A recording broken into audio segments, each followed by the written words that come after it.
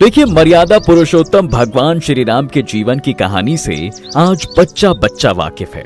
बचपन में या फिर लॉकडाउन में आपने रामायण तो जरूर देखी होगी। रामायण के लास्ट में हमें देखने को मिलता है कि भगवान राम जल समाधि के बाद गरुड़ पर सवार होकर बैकुंठ के लिए निकल जाते हैं। लेकिन इसके बाद अयोध्या और अयोध्या वासियों का क्या हुआ, ये किसी को पता हो या ना पता हो, लेकिन भैया अयोध्या में राम मंदिर बनकर तैयार हो चुका है, जिसका उद्घाटन 22 जनवरी 2024 को होने वाला है। ये आपको जरूर पता होगा। अयोध्या में बने इस मंदिर की कहानी कहीं ना कहीं भगवान राम के बैकुंठ जाने के बाद से ही स्टार्ट हो जाती है। जी हाँ, सही सुना आपने। जब इनके पुत्र कुश के द्वारा अयोध्या में राम मंदिर निर्माण करवाया जाता है।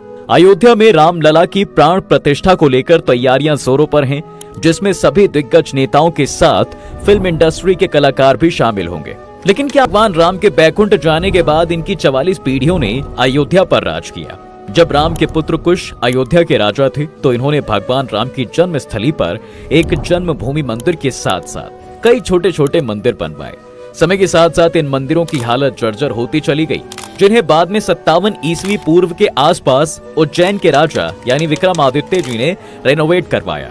लेकिन अप्रैल 1526 में बाबर के भारत आने के बाद मुगल शासन की शुरुआत होती है। 1528 से 29 में बाबर अयोध्या जाता है तो अपने सेनापति मीर बाकी से मंदिरों को तोड़कर मस्जिद बनवाने का आदेश दे देता है। तो मीर बाकी मंदिरों को तोड़कर मस्जिद बनवा देता है और हिंदुओं के अंदर आने पर रोक लगा देता है। और फिर लगभग 190 साल बाद यानी 1717 ई में आमेर के राजा जयसिंह द्वितीय मस्जिद के बाहर जमीन देखकर आंगन में एक चबूतरा बनवाते हैं, जहां पर रामलला की मूर्ति को स्थापित किया जाता है। अब यहाँ होता क्या है कि मस्जिद के अंदर तो मुस्लिम नमाज करते थे, जबकि बाहर चबूतरे पर हिंदू भगवान राम की पूजा किया करते थे।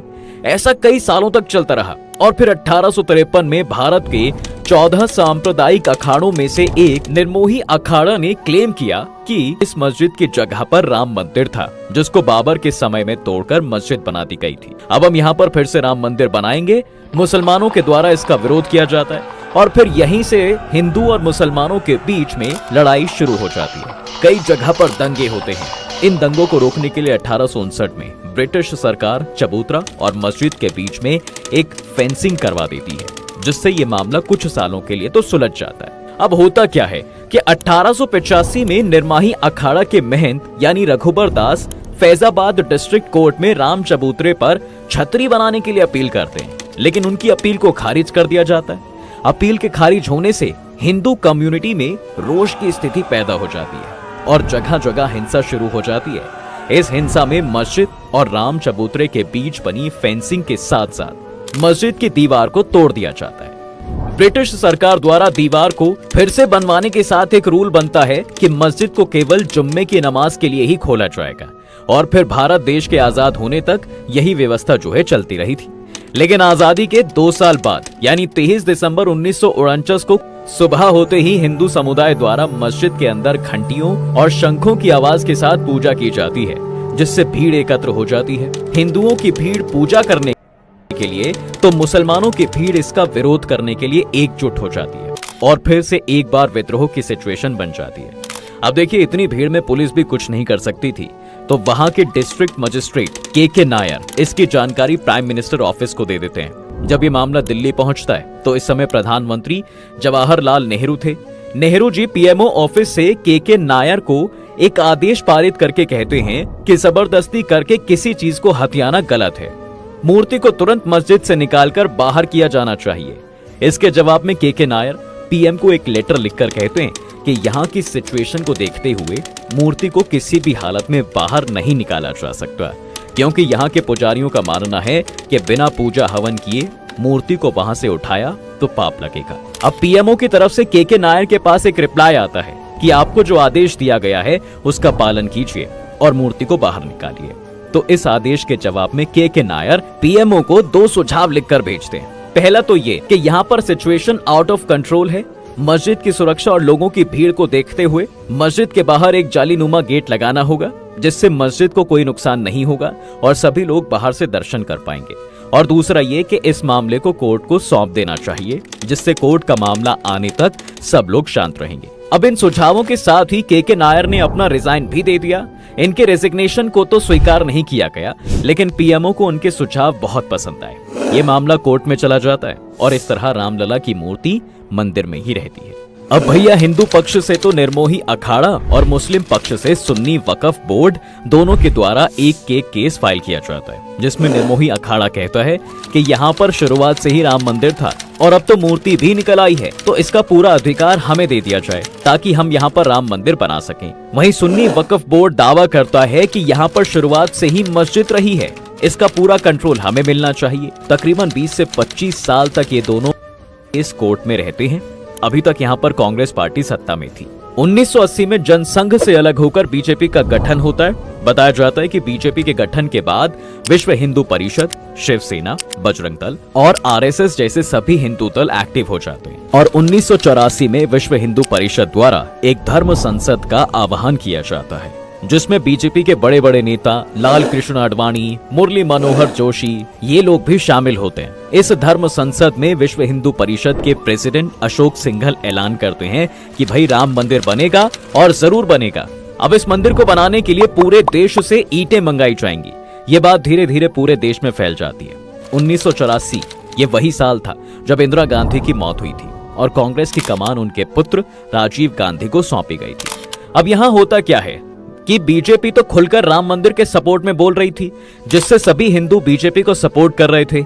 और इसी बीच 1986 में राम मंदिर के गेट खुलवाने का एक मामला कोर्ट में आता है, तो राजीव गांधी हिंदुओं का विश्वास जीतने के लिए 1 घंटे के अंदर मंदिर के गेट खुलवा देते हैं। इस न्यूज को दूरदर्शन के माध्यम से पूरे देश में ब्रॉडकास्ट किया जाता है। इससे मुस्लिम दल कांग्रेस से नाराज हो जाते हैं और सभी मुस्लिम नेता मिलकर कांग्रेस का विरोध करने के लिए बाबरी मस्जिद एक्शन कमेटी बनाते हैं, जिसका परिणाम ये होता है कि भैया कांग्रेस 1989 का चुनाव हार जाती है।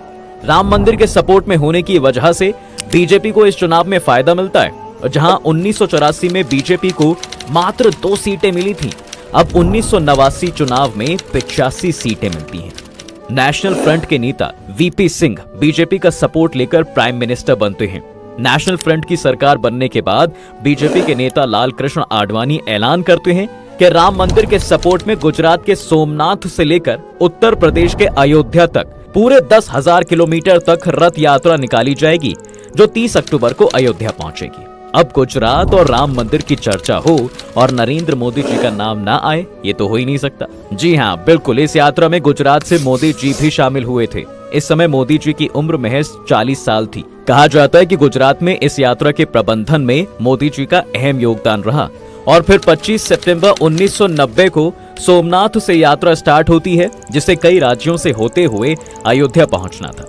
लेकिन इस यात्रा का विरोध किया जाता है और जहां जहां से भी ये यात्रा निकलती है, वहां इस यात्रा का विरोध शुरू हो जाता है। कई राज्यों में विरोध के बाद जब 23 अक्टूबर 1990 को ये यात्रा बिहार के समस्तीपुर में पहुंची, तो बिहार के चीफ मिनिस्टर और नेशनल फ्रंट पार्टी के सपोर्टर लालू प्रसाद यादव समस्तीपुर के डीआईजी को आदेश देते हैं कि इस यात्रा को रोक दिया जाए और लाल कृष्ण आडवाणी को अरेस्ट किया जाए।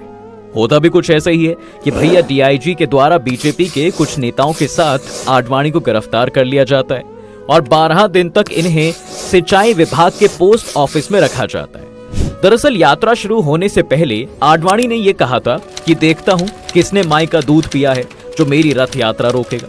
अब यही वजह थी कि लालू यादव ने नेहले पर दहला मारकर आडवाणी को गिरफ्तार करवाया और कहा कि मैंने माँ और भैंस दोनों का दूध पिया है। इस गिरफ्तारी का परिणाम ये होता है कि भैया जैसे ही ये खबर दिल्ली पहुंचती है, तो बीजेपी वीपी सिंह गवर्नमेंट ने अपना समर्थन वापस ले लिया और जिससे वीपी सिंह की सरकार गिर जाती है। अब रथ यात्रा के बीच में हुए दंगों से नाराज होकर 30 अक्टूबर 1990 को बड़ी संख्या में कार सेवक अयोध्या पहुंचते हैं और मस्जिद के ऊपर चढ़कर अपना झंडा लगा देते हैं, जिससे हालात और खराब हो जाते हैं। इस समय उत्तर प्रदेश में मुलायम सिंह की सरकार थी, तो इस दंगे को रोकने के लिए मुलायम सिंह कार सेवकों पर गोली चलाने का आदेश दे देते हैं। इस गोलीबारी में 5 कार सेवकों की मौत हो जाती है, जिससे अयोध्या ही नहीं बल्कि पूरे देश का माहौल एकदम ऐसा गर्म हो जाता है। उमा भारती, अशोक सिंघल और स्वामी वामदेवी जैसे बड़े हिंदूवादी नेता अलग अलग दिशाओं से 5-5 हजार कार सेवकों के साथ गुस्से से भरे हुए हनुमान गढ़ी की ओर बढ़ते हैं गुस्साई हुई भीड़ को देखकर पुलिस फायरिंग शुरू कर देती है, जिसमें कई कार सेवक मारे जाते हैं और फिर इनकी लाशों को रखकर विरोध प्रदर्शन किया जाता है और मुलायम सिंह यादव को मुल्ला मुलायम का टाइटल दे दिया जाता है। और इसी का परिणाम था कि भैया 1991 के चुनाव में मुलायम सिंह को हार का सामना करना पड़ता है और उत्तर प्रदेश में बीजेपी सरकार के मुख्यमंत्री बनते हैं कल्याण सिंह। लेकिन 1991 में राजीव गांधी की मौत होने की वजह से लोगों की सहानुभूति कांग्रेस को मिलती है, जिससे सेंटर में कांग्रेस की सरकार बनती है और प्राइम मिनिस्टर बनते हैं पीवी नरसिम्हा राव। यूपी में बीजेपी की सरकार बनने के बाद 10 जनवरी 1991 को अयोध्या के पुजारियों की सहमति से 2.77 एकड़ भूमि जन्मभूमि न्याय ट्रस्ट को दे दी जाती है। ये ट्रस्ट राम मंदिर के लिए जगह बनाने के लिए कंस्ट्रक्शन चालू कर देता है, लेकिन इसका मामला पहले से ही कोर्ट में चल रहा था, जिस वजह से कोर्ट द्वारा कंस्ट्रक्शन पर बैन लगा दिया जाता है। बैन लगने के बावजूद मंदिर बनाने के लिए 1992 में फिर से कार सेवकों का आह्वान किया जाता है। इस समय यूपी में तो बीजेपी की सरकार थी, लेकिन केंद्र में कांग्रेस की सरकार थी। केंद्र और राज्य सरकारों को यह डर था कि फिर से पहले जैसी सिचुएशन ना बन जाए, इसलिए 30 अक्टूबर 1992 में प्रधानमंत्री पीवी नरसिम्हा विश्व हिंदू परिषद और सिया सुन्नी बोर्ड दोनों के लीडर्स को मीटिंग के लिए दिल्ली बुलाते हैं। लेकिन इस मीटिंग में कोई खास निष्कर्ष नहीं निकलता और विश्व हिंदू परिषद के नेता आपस में ही एक प्राइवेट मीटिंग करके 6 दिसंबर को फिर से कार सेवकों को बुलाने का ऐलान कर देते हैं। तो कांग्रेस के प्राइम मिनिस्टर यानी पीवी नरसिम्हा यूपी के चीफ मिनिस्टर कल्याण सिंह को प्रेसिडेंशियल रूल लागू करने के लिए बोलते हैं, लेकिन कल्याण सिंह आश्वासन देकर मना कर देते हैं और कोर्ट में हलफनामा देते हैं कि यहाँ पर कोई हिंसा नहीं होगी और इसकी जिम्मेदारी राज्य सरकार की होगी और किसी भी सिचुएशन में कार सेवकों पर गोलियां नहीं चलाई जाएंगी। अब देखिए 6 दिसंबर 1992 को 2 लाख से ज्यादा कार सेवक अयोध्या पहुंचे थे। इस समय बीजेपी के कुछ नेताओं पर अयोध्या आने पर रोक लगा दी जाती है और यही वजह है कि उमा भारती सिर मुंडवाकर वहां पहुंचती हैं ताकि कोई उन्हें पहचान न पाए। उमा भारती के अलावा अटल बिहारी वाजपेयी जी, अशोक सिंघल, लाल कृष्ण आडवाणी जैसे सभी बड़े नेता अयोध्या पहुंच जाते हैं और फिर ये भीड़ 5 बजे तक मस्जिद के तीनों गुंबद को तोड़कर मेन गुंबद की जगह पर एक छोटा सा मंदिर बनाकर रामलला की मूर्ति वहां पर रख देती है, जिस वजह से हिंदू और मुस्लिम लोगों के बीच दंगे होने शुरू हो जाते हैं और राज्य सरकार द्वारा की गई सारी व्यवस्थाएं फेल हो जाती हैं। हजारों की संख्या में लोगों की मौत होती है और सेंट्रल गवर्नमेंट द्वारा यूपी में प्रेसिडेंशियल रूल लागू कर दिया जाता है, जिसके बाद कल्याण सिंह मुख्यमंत्री पद से अपना इस्तीफा देते हैं। ये मुद्दा इंडिया तक ही सीमित नहीं रहता, बल्कि इसके विरोध में पाकिस्तान और बांग्लादेश में हिंदुओं की दुकानें जलाई जाती हैं, उन्हें लाठियों से मारा जाता है और कई हिंदू मंदिर तोड़ भी दिए जाते हैं। अब जब 2001 में बीजेपी पार्टी से अटल बिहारी वाजपेयी की सरकार बनती है, तो विश्व हिंदू परिषद द्वारा सेंट्रल गवर्नमेंट को बोला जाता है कि अयोध्या में राम मंदिर बनाने का काम शुरू करवाओ और अगर सरकार से नहीं हो रहा है तो हमें बता दो, फिर हम मंदिर बनवाएंगे। अब जब सरकार की तरफ से कोई प्रतिक्रिया नहीं मिलती तो भैया 15 अक्टूबर 2002 में विश्व हिंदू परिषद सैकड़ों कार्यकर्ताओं को बुलाकर मंदिर का निर्माण शुरू कर देती है।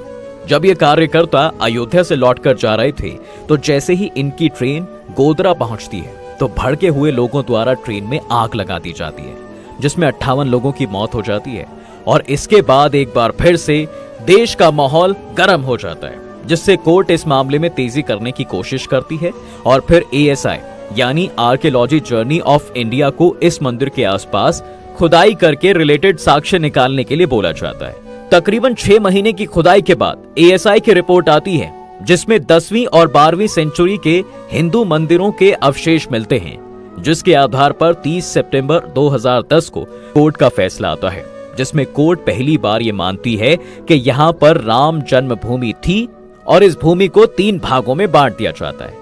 सीता रसोई और चबूतरा निर्मोही अखाड़ा को दिया जाता है, सेंटर एरिया राम भूमि न्यास को दिया जाता है और बाकी का एरिया सुन्नी वक्फ बोर्ड को दे दिया जाता है। लेकिन कोई भी पक्ष इस फैसले पर अग्री नहीं करता है और 2011 में ये मामला सुप्रीम कोर्ट के पास चला जाता है और लगभग फिर से 6 साल तक सुप्रीम कोर्ट में पेंडिंग रहने के बाद 2017 में इस केस की सुनवाई शुरू होती है और लगभग 2 साल के बाद यानी 9 नवंबर 2019 को 5 जजेस की एक बेंच के द्वारा ASI की रिपोर्ट के आधार पर तकरीबन 2.77 एकड़ जमीन राम जन्मभूमि ट्रस्ट को दे दी जाती है, लेकिन इसका मालिकाना हक केंद्र सरकार के पास ही रहेगा और उत्तर प्रदेश सरकार को आदेश दिया जाता है कि मुस्लिम पक्ष को इस जमीन से दूर किसी और जगह 5 एकड़ जमीन सुन्नी वक्फ बोर्ड को मस्जिद बनाने के लिए दी जाए। इस तरह सबसे लंबे चलने वाले इस मामले का फैसला किया जाता है।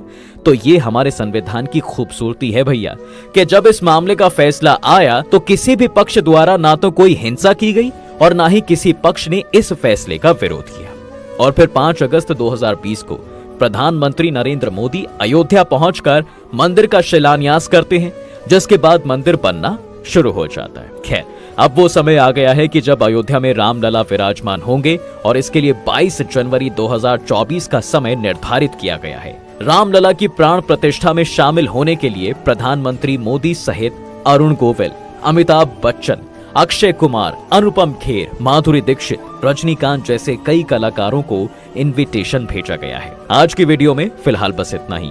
रामलला के बारे में ये पूरी जानकारी आपको कैसी लगी, कमेंट करके हमें जरूर बताएं।